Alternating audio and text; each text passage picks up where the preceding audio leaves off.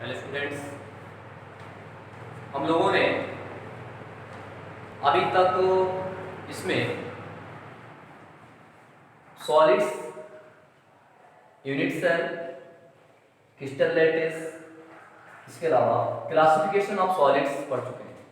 Types of unit cell में simple cubic unit cell, face centred cubic unit cell, ये भी हम लोग पढ़ चुके हैं। नेक्स्ट हम लोग स्टार्ट करते हैं आज बॉडी सेंटर्ड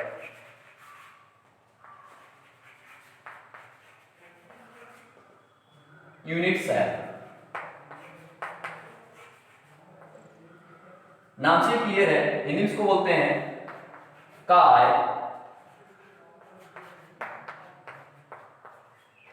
केंद्रित इकाई सेल। तो छात्रों, इसमें क्या होगा? बॉडी सेंटर्ड यानी ऐसा वह इकाई सेल जिसमें घटक कण क्या होंगे, कोनों के साथ साथ बॉडी के सेंटर में भी होंगे, यानी काय के केंद्र पर भी होंगे, तो उसे कहेंगे काय केंद्रित इकाई सेल। जैसे एक साधारण घन का एग्जाम्पल इसको मान लिया। सभी को पता है कि जो साधारण घन है उसमें 8 कोने होते हैं, तो इसमें 8 कोनों के साथ साथ एक जो कॉन्स्टिट्यूएंट पार्टिकल होगा, अणु, परमाणु या आयन होगा, वो 8 कोनों पर होगा और एक क्या होगा इसके बॉडी के सेंटर में। इस तरह से हम इसका एक पार्ट निकाल दिया है, तो क्या होगा, एक इसके बॉडी के सेंटर में होगा। तो इस तरह के यूनिट सेल को कहते हैं काय केंद्रित इकाई सेल या काय केंद्रधनी इकाई cell, body centred cubic unit cell. The constituent particles present at the corner as well as the center of the body, then it is known as a BCG type of unit cell। इससे समझ सकते हैं हम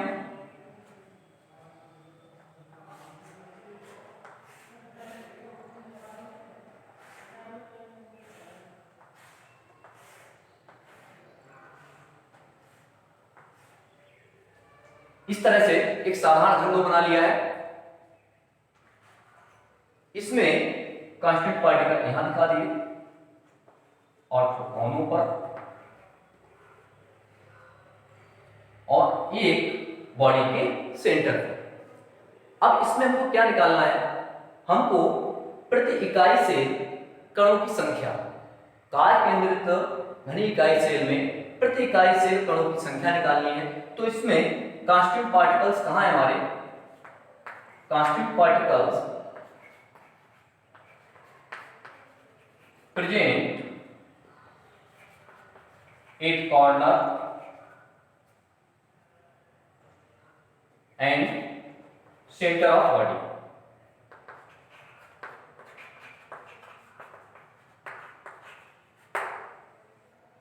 प्रति इकाई cell कणों की संख्या ज्ञात करने के लिए क्या करेंगे? कोनों पर कणों का योगदान कितना है, यानी कोनों पर कणों का योगदान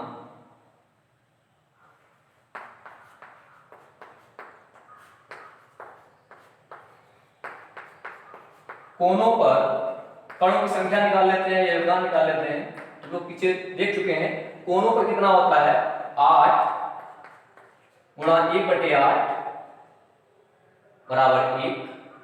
इसी तरह से बॉडी का सेंटर 1 है, और क्या किया, ये क्यूब में क्या किया, एक आपने बॉल डाल दी।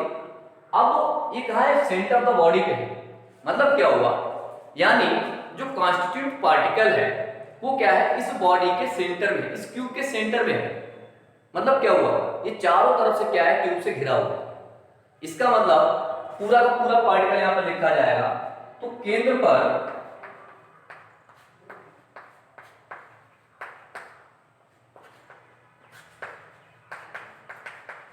कणों की संख्या हो गई 1 गुणा 1 बराबर 2। टोटल नंबर ऑफ पार्टिकल कितने हो गए? 2। यानी काय केंद्रधनी इकाई सेल में प्रति इकाई सेल कुल कणों की जो संख्या आएगी वो आएगी 2। तो इस तरह से ये थर्ड पॉइंट था हमारा। फोर्थ आते हैं, फोर्थ क्लासिफिकेशन है इसका अंत केंद्रित इकाई सेल या इसको बोलते हैं end centred cubic unit cell. End centred सबसे रेयरली है, ये 3 मोस्ट कॉमन है। इसमें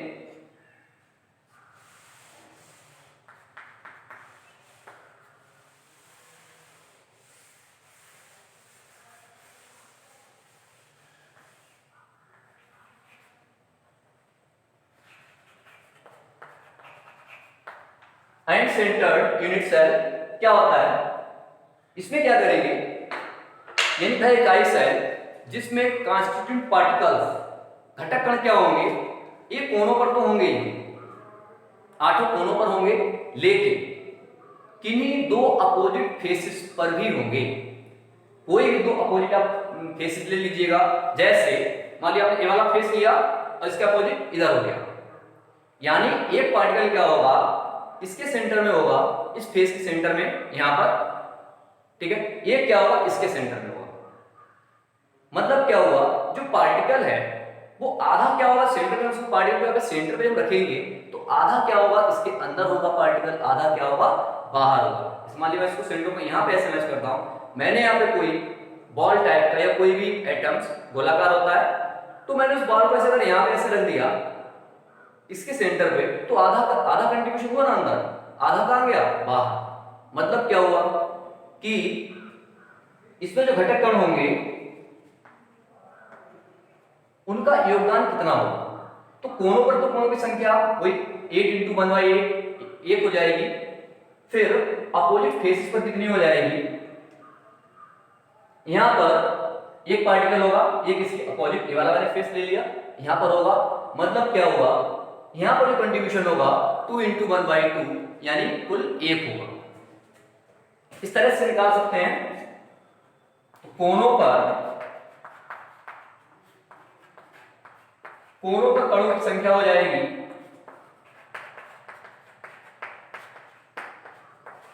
8 × 1/8 = 1।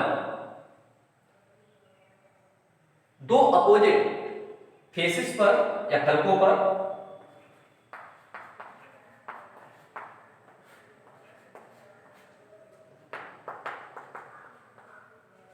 कितने फेस हम ले रहे हैं, सिर्फ 2 ले रहे हैं, और कंट्रीब्यूशन कितना है 1/2।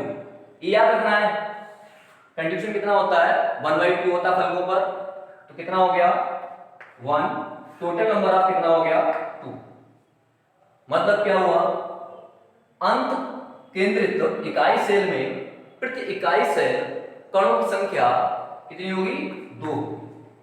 तो इस तरह से क्लासिफिकेशन हमारा पूरा होता है। टाइप्स ऑफ यूनिट सेल 4 प्रकार की थी। सबसे पहले हम लोगों ने क्या पढ़ा, साधारण घनी इकाई सेल, दूसरा फलक केंद्र घनी इकाई सेल, तीसरा काय केंद्रित इकाई सेल, और चौथा अंत केंद्रित इकाई सेल।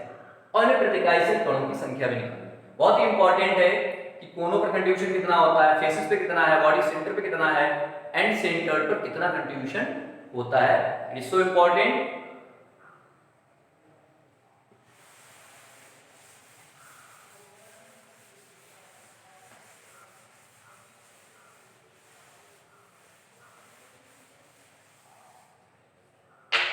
इसको एक टेबल बना लेते हैं, थोड़ा सा समराइज कर लेते हैं।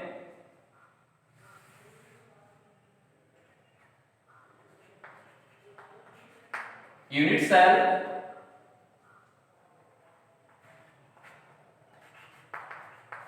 अरेंजमेंट ऑफ पार्टिकल,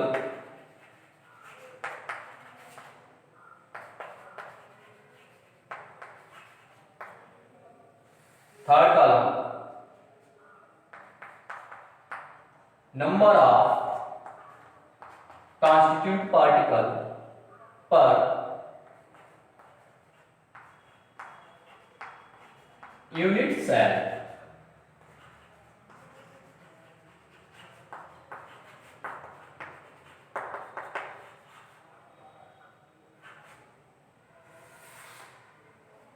तीन कॉलम बनाएंगे, इकाई सेल, घटक कणों की संख्या, अरेंजमेंट ऑफ पार्टिकल, घटक कणों का व्यवस्था या arrangement, number of particle per unit cell, यानी प्रति इकाई सेल कणों की संख्या। सबसे पहला है साधारण घनी इकाई सेल।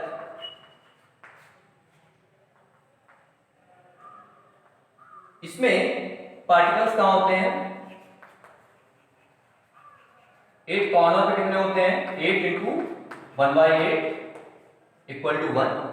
सिर्फ कॉर्नर पे होते हैं तो इसकी रैंक कितनी हो गई? 1 हो। दूसरा है फलक केंद्रित।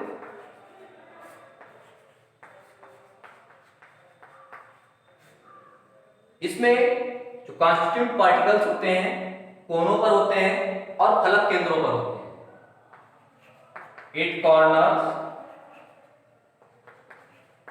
8 into 1/8 equal to 1 at faces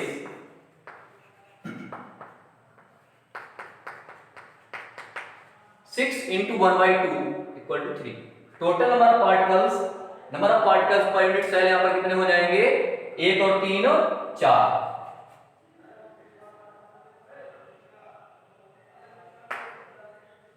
third,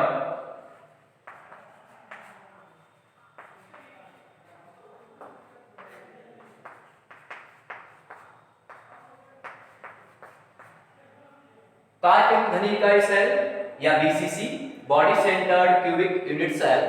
इसमें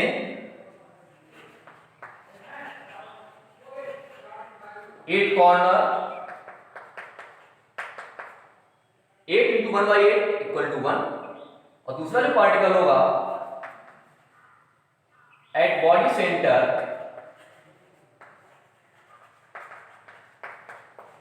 बॉडी सेंटर पे क्या होगा? एक पार्टिकल होगा। फोर्थ वन इज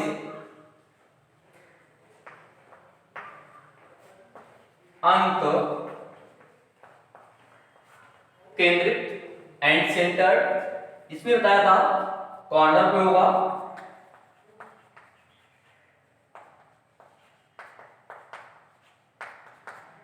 कॉर्नर पर हो जाएगा 8 इंटू 1/8 इक्वल टू 1।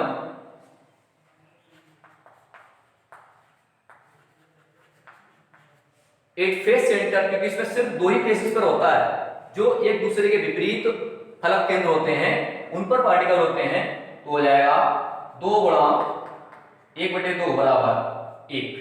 तो number of particles body centre में कितने हो गए? 2। और एंड सेंटर्ड में भी कितने हो जाएंगे? पर यूनिट सेल 2 हो जाएंगे। Okay, thanks. Next class start करेंगे।